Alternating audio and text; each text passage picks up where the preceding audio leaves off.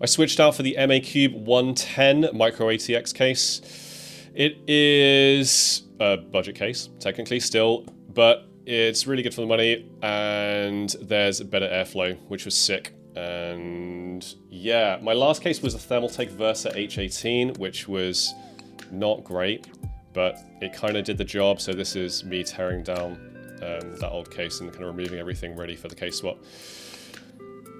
I actually wanted to upgrade my PC. I wanted to go into the AM5 platform, but DDR5 RAM at the minute is absolutely insane. I'm not spending £400 for like 32 gigs of RAM.